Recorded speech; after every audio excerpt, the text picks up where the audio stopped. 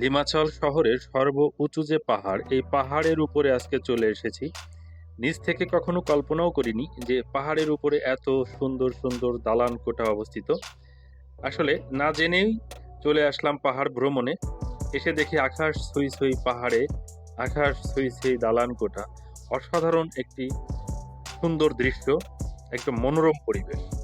কবি শামসুর রহমানের একটি কবিতা মনে পড়ে গেল, গাছ ঘেরা ওই পুকুর পাড়ে বসবো বিকেল বেলা, দু চোখ ভরে দেখবো কত আলো ছায়ার খেলা, বাঁশবাগানে আধখানা চাঁদ থাকবে ঝুলে একা, ঝোপে ঝাড়ে বাতির মতো জোনাক যাবে দেখা।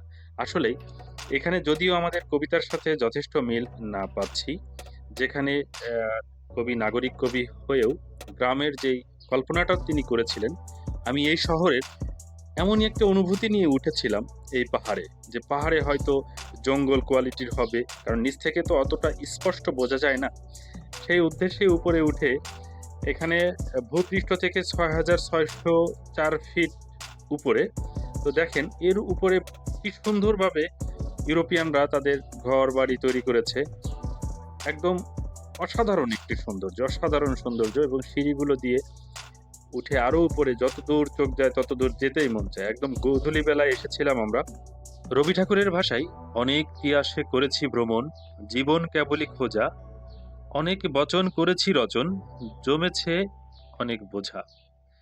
আসলে সত্য কথাই, এত সুন্দর একটি অসাধারণ পরিবেশ। এখান থেকে আমি একটু নিচের শহরটাকে যদি আপনাদেরকে ঘুরে দেখাই, তাহলে আরো দারুণ লাগবে যে আমি কত উপরে বোঝা যাবে। দেখেন সমুদ্র পৃষ্ঠটা দেখা যাচ্ছে, স্পষ্ট না হলেও অনেক অসাধারণ। আসসালামু আলাইকুম।